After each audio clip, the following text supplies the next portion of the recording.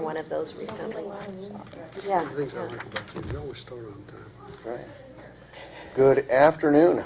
Welcome to the Monday, June 27th, Washougal City Council Workshop Meeting. Straight up. Rose, could you call the roll, please? Councilmember Boger. Here. Councilmember Wagner. Here? Councilmember Greenlee. Councilmember McDaniel. Here. Councilmember Shoemaker. Here. Councilmember Lindsay. Here. Councilmember Boger. Corsi. Thank you. I assume Paul will be here. I haven't heard anything from him, so. Doesn't look like we have anybody from the public, so moving on to new business. David. Before we get Council started, priorities. Mr. Mayor, I just want to let everybody know I need to leave at 6, and I might miss the first 10 minutes or so of our regular meeting because I have an item in Vancouver Okay. to deal with. Not a worry. Thank you.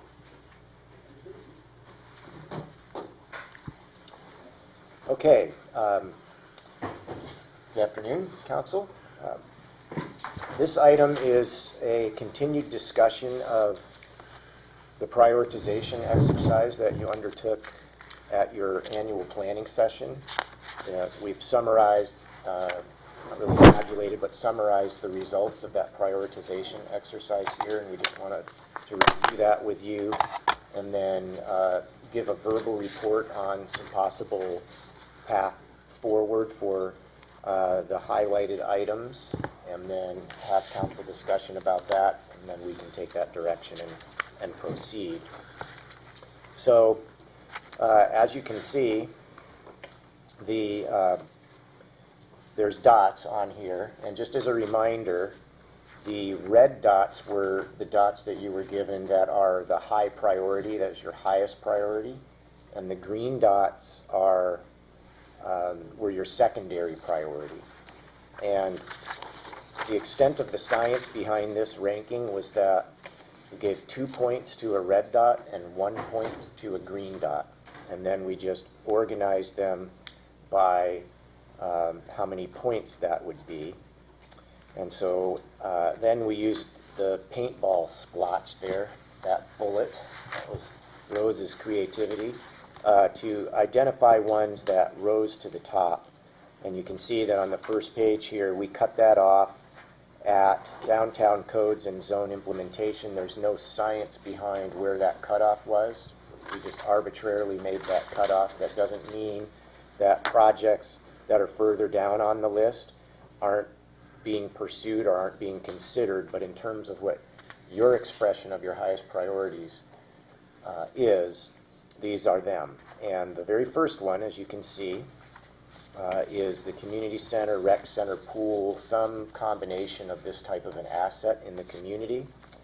The second one was continuing to look at finishing up at the Schmidt Fields, specifically restrooms, storage and snack shack building. What do we do with the so-called field number 3, parking enhancements? Following that was a collection of transportation capital project items, most specifically our town center transportation plan, which I'll get into the status of all this, a railroad overpass, some projects in the industrial park, and just the plan in general. Following that was the street maintenance enhancement. This is the ongoing effort that we have to make sure our pavement management program is up to date and adequately funded. You increased that to $500,000 for 2016, and we're anticipating that, depending upon the target that you want to set, and there's a work session on this on July 11th, we'll need $100,000 to $300,000 more to do that. But again, it continues to be a high priority for the council. Parks in the downtown, continuing to try to acquire land in the downtown to put together a park down there, continues to be a high priority. Park, trail, sidewalk, median maintenance. In the discussion on this, what this is enhanced maintenance of our parks, trails, sidewalks, and medians. And there's various, just keeping those things updated and maintained and repaired. That continues to be a high priority. And then The land use study that we've been doing in the urban growth areas has kind of morphed into a look at the downtown, and it was a high priority for the council as well to ensure that that effort continues into the downtown and that we don't drop the ball on that part. And then there's a whole long list of additional priorities that received some attention from your dots. Crown Road, wayfinding and signage in the downtown, connecting it to the port, working with our partners on that. The property tax exemption, which is subject of your hearing this evening. Additional resources around really our greenery in the community, and others that you can see there, all the way down to where there were a couple on the third page that didn't get any dots. For example, safe routes, sidewalks, safe routes to schools. That doesn't necessarily mean we won't apply for those, but it just means it didn't get any dots in the exercise. So again, not randomly, but somewhat arbitrarily, we stopped putting the splotches at the downtown codes and zone implementation. So now I'd like to briefly discuss what some possible path forward might be for each of those higher priority items, and then open it up for conversation.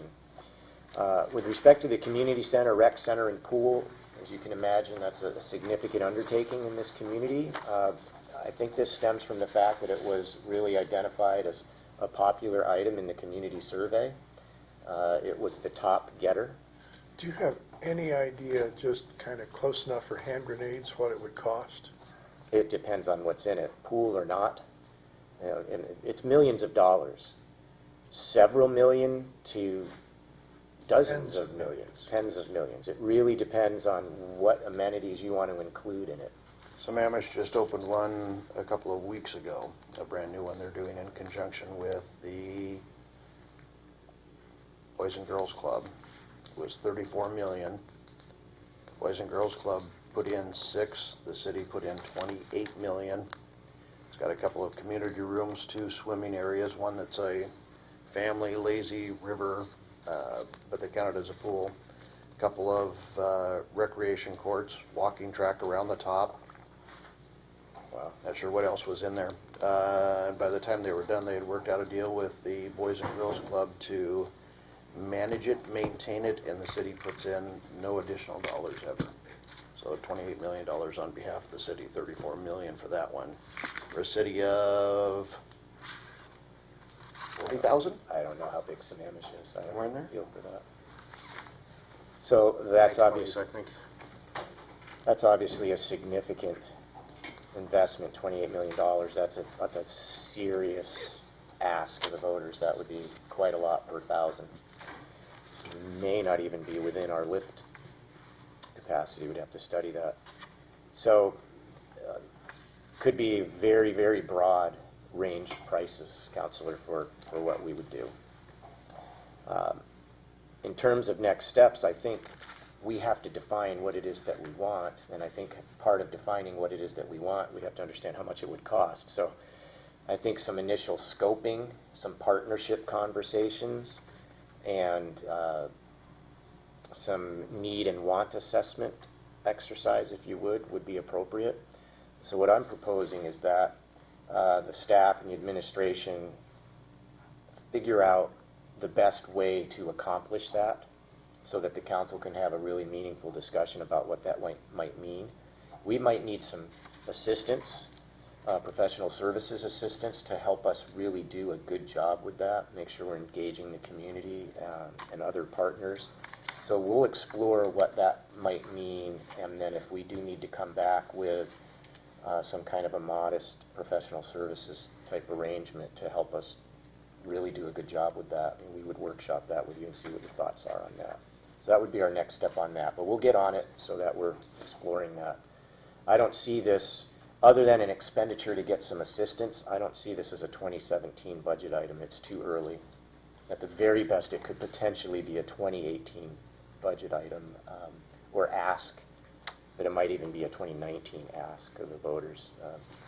Because you have to have this fully nailed down before you would go out. So stay tuned for information on that. I serve on some foundation boards, and so can you and I have a talk about how we might scope that a little bit? Absolutely. The next project is the Schmidt Fields enhancements. We're hoping to leverage some grant dollars with our own and maybe with the users, particularly the Little League there, so they can have some skin in the game and try to put together a really nice project there in the most cost-effective way for the city. So we will have that partnership conversation with the Little League. We've got some preliminary designs, and we'll start looking at the next cycle for grants and see what we can come up with. Again, ballpark, I mean, it'd be kind of nice if we had an idea of how much money that would cost.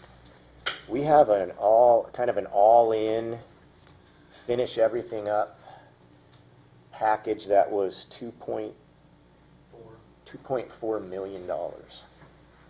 Now that is money, that's old money in the sense that that estimate was made several years ago. 06, in conjunction with the second phase, the second field. So maybe it's $3 million. Okay, that's good, just an idea there. Right. And that's where I think these RCO grants are kind of 50-50. To give you a feel, we might need, $1 to $1.5 million. How much can the league bring? Does the league have grants or some sort of foundation or something that they help with? There may be some things out there, some organizations out there that can help.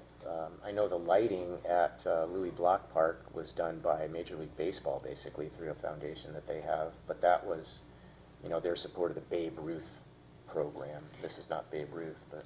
Temple Lentz at the Parks Foundation was saying that Nautilus was interested, that they had grants that would go towards, that's worth looking into. Yes, in fact, they are the main reason that our bike track. Yes. That's right. So I don't know what kind of size and dollar amount, but we would certainly want to beat the bushes and find whatever help we could get. It might be something we have to phase in, just depending upon what the match is that's required. Okay.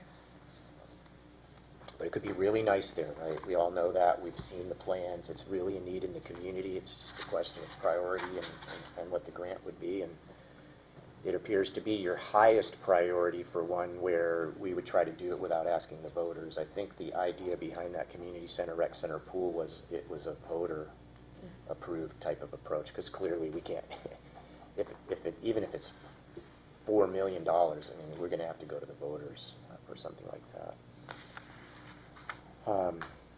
Following after that, I think our transportation infrastructure, as you can see, these priorities really are around our capital facilities, recreation and parks, and then transportation, really important, and then street maintenance enhancement after that.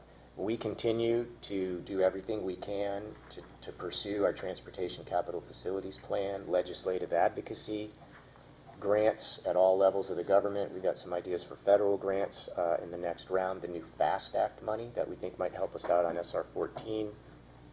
There's surface transportation money for the overpass potentially, or some of the other work in the downtown area, but we need to get that town center transportation plan done first.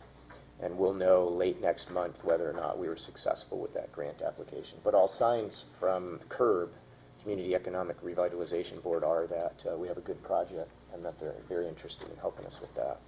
That's the town center? Town center, right. In fact, we were able to expand the scope to include look at our sewer infrastructure and how that would lay out. The water's pretty set, but that as well. And I mean, after the deadline, I asked about that because we realized, hey, maybe we should ask about that. And they said, oh yeah, just send me an amended one. So it's a great program, very flexible. Ballpark numbers on any of these? Well, the planning effort, the actual development of the plan for the town center transportation plan, we're asking for a $50,000 grant and then we would bring $25,000 to the table. We have a general feel that the railroad overpass, some of the improvements, the core skeletal improvements in the downtown, there might be additional ones that would come out of the transportation plan. All the work on the state route and some a couple of things down at the port, anywhere, and then back out the funding we've already received, it's anywhere from $34 to $40 million. And that's just kind of our SR-14, port, town center, get over the railroad tracks package. A Street, Yeah, first the 22nd. town center stuff, whatever that would end up being. We're going to go in bullishly to the legislature and see if there's more help. We already got 7.5. We'll keep trying. We, have had pretty good support there. There's supposedly maybe some additional dollars out of the existing package. We'll be in line with every other community in the state trying to get our piece of that. So we'll do everything that we can, as well as other grants. Street maintenance enhancement, really would like to defer the bulk of that to July 11th. We have our consultant whom you met, I think, 3 years ago or 3 years ago, coming in to give an update on our pavement condition index and our pavement management condition.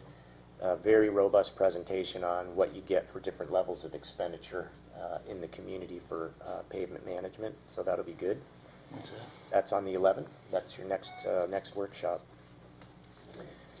We continue to try to acquire property if it makes sense and is reasonable in the downtown in the vicinity of where we've already been working, and would want to defer any other discussion on that to executive session, but we continue to want to have a park downtown, and so we'll keep chasing that. In the 2017 budget development process, we believe that there's a little bit of room for some expenditure enhancement for ongoing operations, and it's clear that your priority is maintenance in the community, and so we will keep that in mind as we seek to make recommendations to you. We are in the process on the downtown codes and zoning implementation. That we are doing that. So I think there's nice alignment between your priorities and the efforts that your team is already making. Certainly those large capital projects are beyond our reach without assistance, and so we're looking at partnership and grants. Where does Highway 14, the roundabouts, what's the status on that? The state is the lead on that project, and they are doing some of their preliminary work to understand baseline information that will inform options analysis, and then hopefully very soon we'll begin to have some engagement with stakeholders, including ourselves and the community, about what some different options would be out there, and look at the strengths and weaknesses of the different options. And I think there'll be quite a few that will be explored. Roundabout, certainly the option that we've shown, the two options that we've shown are on the table, but there are other options as well. And I think it'll be really, really good. And that should be happening here over the next quarter or two. It's interesting watching them starting to do that in Camas there at the intersection. They're starting to build that roundabout. Yes, it'll be interesting to watch. That's going to be chopped up for 6 Yes. months or more, right? I didn't know that was going to be, that's a roundabout then. Right. They needed something there bad. Huge one. Yeah. It is a big one. I just wanted to mention that Crown Road is a multi-jurisdictional project, which means it gets extra points in the score at RTC. Right, And on the other hand, that also makes it a red-haired stepchild. right. I can report we've had, because it got a little higher prioritization last time. We've engaged on that, short-term, long-term. It doesn't appear that, at least right now, without maybe some additional advocacy on our behalf, that Crown Road is rising very high on the county's plans. And it's understandable, Right. because you've got cities on both sides of it, and annexation ultimately that's going to happen, except in the area of the green space there. And so it's ultimately going to be ours collectively with Camas for the most part. And I think when there are areas like that, perhaps their prioritization lies elsewhere. and I might do the same thing if I was in that position. Camas just passed a 6-year transportation plan. Now, it's their 6-year priorities out of their 20-year plan. Haven't peaked at their 20-year plan, but in their 6-year plan, Crown doesn't receive any attention. Their attention, as you can imagine, is focused in the area of their recent annexation and where they're seeing most of that development. They're kind of accessing it from the west and not really from Crown. So I don't want to say we're on our own, but I think to the latter part of your comment, Counselor, I think it's incumbent upon us to keep that at the table and do everything we can to make sure it's getting some attention, but that's going to be a difficult one. We shouldn't be on our own on that one, with all the houses that are going in there and the school that Camas owns.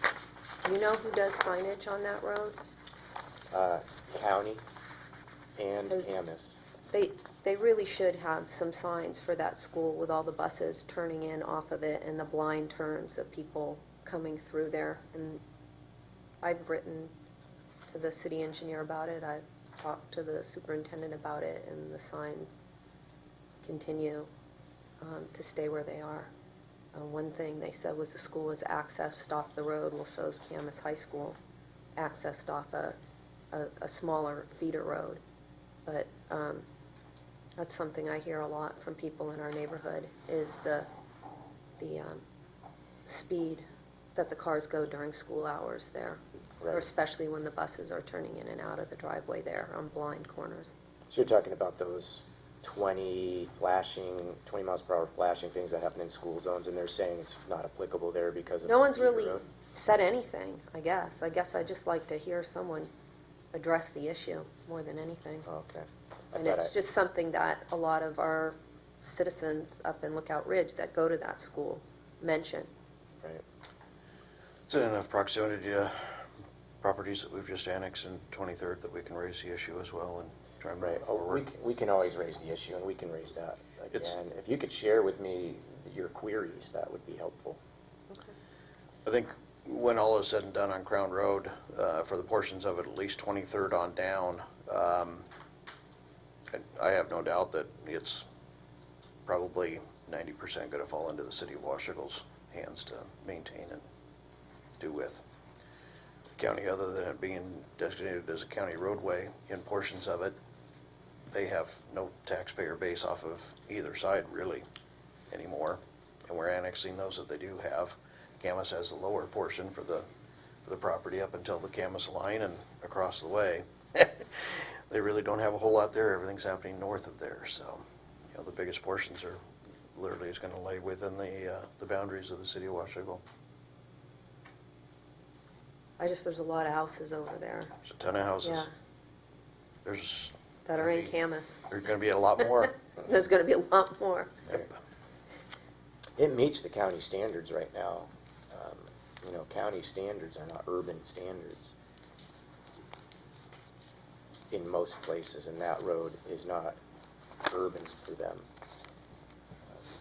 I think our best hope is partnership with Camas in the areas where, we're on one side, they're on the other. We're going to continue to talk to our partners about, why that's not in their 6-year plan, and what their thoughts are longer term. But they've got the same issue that we have. They have an unfunded transportation capital facilities plan, and so they've got to prioritize. I'm not real clear on how it lays out up there, but another interesting partner would be the Port of Camas-Washougal because of Grove Field. You might even make a mobility issue out of that. I know that the port really, with their new commissioner and Bill Ward, really wanted to do something more up at Grove Field in terms of turning it into jobs, industrial, and maybe not in the next 6 years, but Down the way. down the way, the port may be an interesting mobility partner on that issue. That might open up other opportunities Mhm. for funding that they can get at, or better get at, than we could. So it's good to keep that in mind. So that's all I had, council. This was your prioritization. I wanted to make sure you saw the results of what you did. And there it is. We'll be back to you at some point here in the relatively near future on the community center, rec center pool thing with some path forward. Same thing on the Schmidt Fields. And on the 11th, we'll be talking about the street maintenance. Other stuff will happen as it's occurring. And in the budget, we'll try to be responsive to this around maintenance and ongoing operational expenditures there. So thank you for undertaking your prioritization exercise. It helps us to know what to be focusing on, our energies, and meeting your priorities. Off the top of my head, downtown monument wayfinding signage, that entire list is less than 50K. Most likely, right? And with those kinds of numbers, it seems like we might be able to find a way to get some of that done. Right. And that is true for most of the things that you see here is just because we didn't put the paintball splotch on it, it doesn't mean that we're not looking into those things.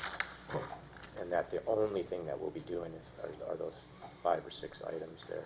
For example, we're doing the multifamily tax abatement.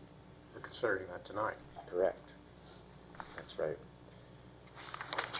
And it could be that, those notions of small cost or, we're already doing it, motivated where you placed your dots. You're kind of like, oh, we're already doing that one. I don't need to put my dots on that one. And it's possible. I don't know what your motivations were when you were doing it. But so if there's any redirection or other comments on that, that's what your team will be doing with your priorities.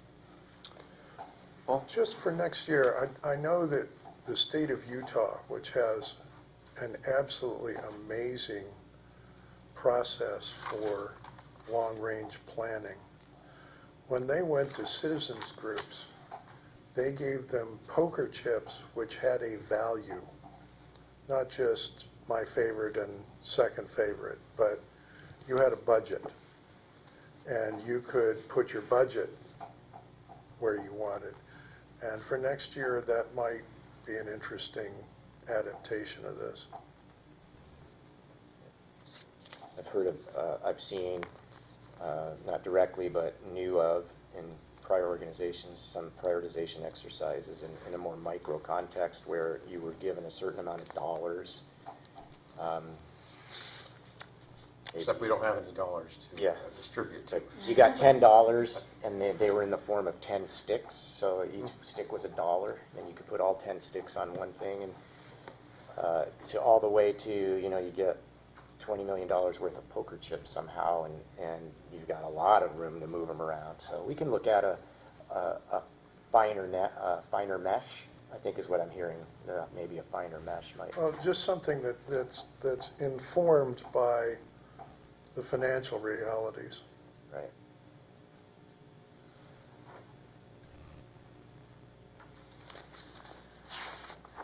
One thing we might consider, depending on,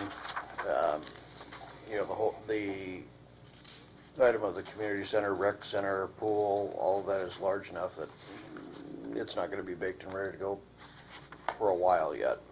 Right. Plus trying to interface with some possible partners on that. It might be interesting to try and get a little bit of help, because I know certainly Suzanne doesn't have time for this right now, but to take the Schmidt Field enhancements, the downtown park, the Schmidt Family Park out on the river, and then any additional park needs that would be nice if we could find a way to cover them, i.e. another restroom, real restroom up in Upper Hathaway, different things and other ones, to see where those numbers might come in, to do a small ask of the public just on parks. Try and get some funding to get them all done at one time. still try and pursue any grants that we can to get that number down. But not the community center? I see that as coming behind it. I also see that as being one that's big enough and appears to have enough legs to it and interest involved in it that it may be something that the community may fund in a second bond ask. Especially depending on who partners might be and how it might be broken up. I see these other ones as ones where we can literally put them out just as improvements citywide to our parks and do some things in there and knock them off the list and get some major capital items completed in there. The other cities you or David mentioned that had recently done community centers, were there bonds put out to the community for those? Is that how they paid for them, or? Yeah, they're financing it somehow, and there's different mechanisms that are out there. I haven't studied the details. I think we just got anecdotal information actually at the conference. It's just, as you're chatting with colleagues, Right. hey, we got our community survey back, and, oh yeah, well, we just did one. Yeah, I think we had the Boys and Girls Club were in for this, we were in for that, but it's a pretty good deal. We don't have to do anything else. But, the conversations didn't go to, okay, what was your financing mechanism and Right. all of that. Sherwood just did one over in Oregon with YWCA. Yeah, YMCA. Right. I have looked into the YMCA, and they basically have two. They've got Sherwood, and they've got the one in over by the Vancouver Mall. And that's it. Woodland is, they've got a huge YMCA Is that pool right up project there? going in up there as well. That's a new one. That's right. So would they come out here? They might.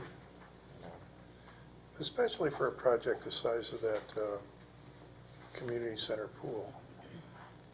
If you're dealing with chips that are a relatively small amount of money, then what you need to put your chips on is a next step.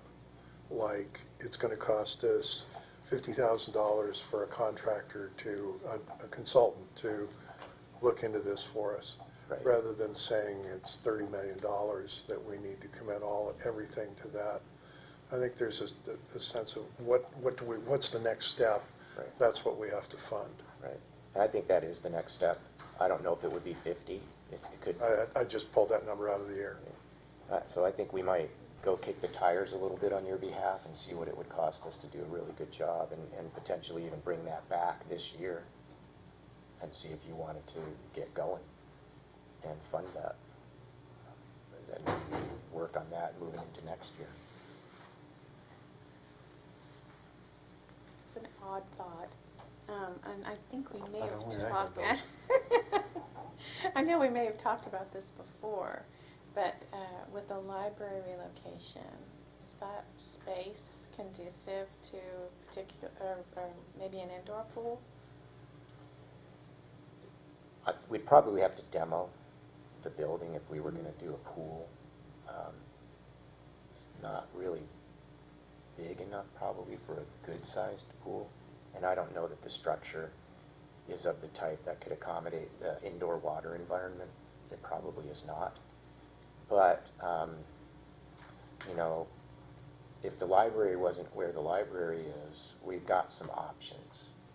But it might be, get a clean whiteboard and start over. We have the property where the house is, Right. and we have that portion of it now. We just invested, the only downside is we just invested in HVAC and a roof over there.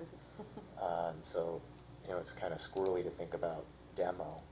And you might, if we needed to get down to bare ground, it might be better to look at areas on our site where, there's no demo that would be involved. We've got quite a bit of space. We could vacate the street. So we have a nice asset here in terms of our ground. Because location, where are you going to put it, is one of the first things you think about. Where would it go? Partnership with Camas, and then that opens up its own can of worms and history, and partnership with not-for-profits, or both. Has Camas indicated any interest at all in partnering with us on this? Yes, on and off again over time. And I think that if we approach them with some seriousness, that they would give serious consideration to something. But they have their own advocacy and sort of boosters for the community center over there with quite a bit of history, including up I don't know if they're still meeting, but they were, last year, the year before, they had a group that was meeting and trying to do something, so. It'd be kind of picking up something that's already been discussed, trying not to fall into traps that have been there Well, before. it would seem if we partnered with Camas, it would have to be something close to our city boundary. Right. It would have to be pretty close to the boundary somewhere, right? So that limits, excuse me, limits where you can go, but. So, might be able to do something small in there, like a hot tub or something, but I don't know about it. You'd probably house the mechanical portion of it, but. The other site that would be worth thinking about would be Upper Hathaway, especially the eastern portion of Upper Hathaway. The pickleball courts there. Code, yeah, I mean. Yeah, there's a big piece of ground between 25th and the pickleball court.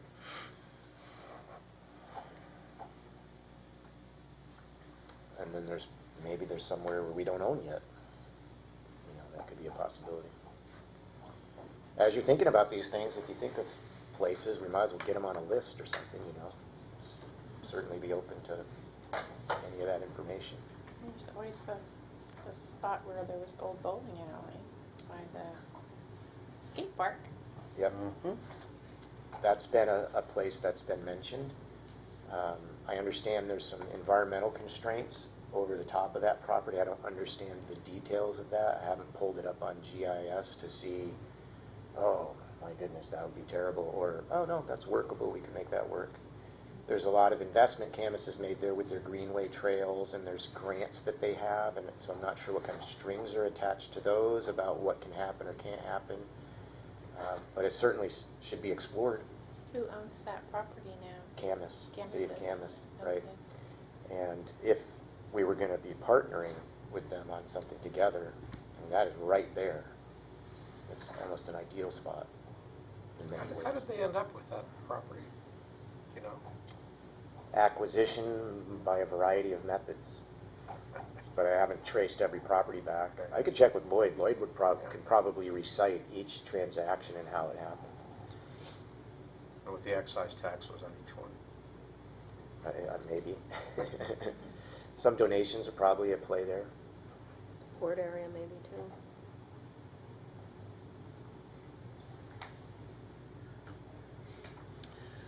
Other questions, comments for David on the prioritization? A lot of stuff, a lot of dollars. Right, yeah. We've got We won't be bored anytime soon. big goals. I think it's great. We've got, and the other thing I was going to mention, your priorities are consistent with what came out of the community survey. If you look at what the highest priority things were in the community survey, road maintenance, parks and street maintenance, highest priorities, parks were up there. So I think, it's nice to have that consistency. I mean, we're paying attention to our constituents, and it's meaningful to query them with the survey and see what they're thinking.